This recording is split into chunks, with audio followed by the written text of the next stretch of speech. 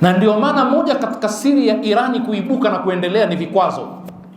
Yani vile vikwazo dhidi ya Irani vimewaamsha wakaendelea. Kwa sababu kama ukinyimwa vipuri vya ndege, utafikiria kutengeneza, sio? Ukinyimwa silaha na hauletewi silaha, hauruhusiwi utafikiria kutengeneza. Na sijui kwa nini hawajifunzi. Na bado wanataka kumfundisha zaidi Mwirani, sio? Kwa kumnyima ili ajifunze zaidi, anajitegemea zaidi. Na nikatoa mfano mara nyingi kwamba mtoto mdogo anaelelewa nyumbani, akitaka kitu anapewa, chochote anachokitaka anapewa. Yule mtoto ukimpa kitumbua akatoka nacho nje, akakutana na wenzake, wakaamua kumnyang'anya, akishanyang'anywa kitumbua hulia akarudi kwa mama yake apewe chengine. Si sawa hivyo? Lakini mtoto ambaye hapati kitumbua, yule ambaye habembelezi kula, maana sisi kuna watoto wanaambia kula wewe, usipomaliza chakula nitakuchapa. Alafu kuna mtoto ambaye akichelewa hapati, ule wakati wa kula wenyewe mkunyang'anyana.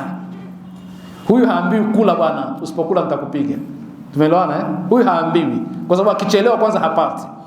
Huyu ambaye anabembelezewa kula, anapewa kitumbua, kitoka nacho akinyang'anywa anarudi anataka kingine, ni tofauti na huyu ambaye hapati. Siku akiwa na kitumbua chake huyu akatoka nacho nje, yule atataka kumnyang'anya, watanyang'anyana.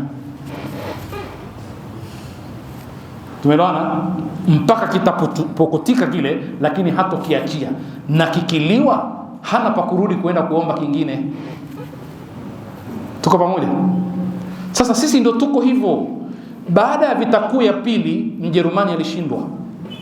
Mjerumani alikuwa vikwazo muda mrefu sana. Mnajua hilo?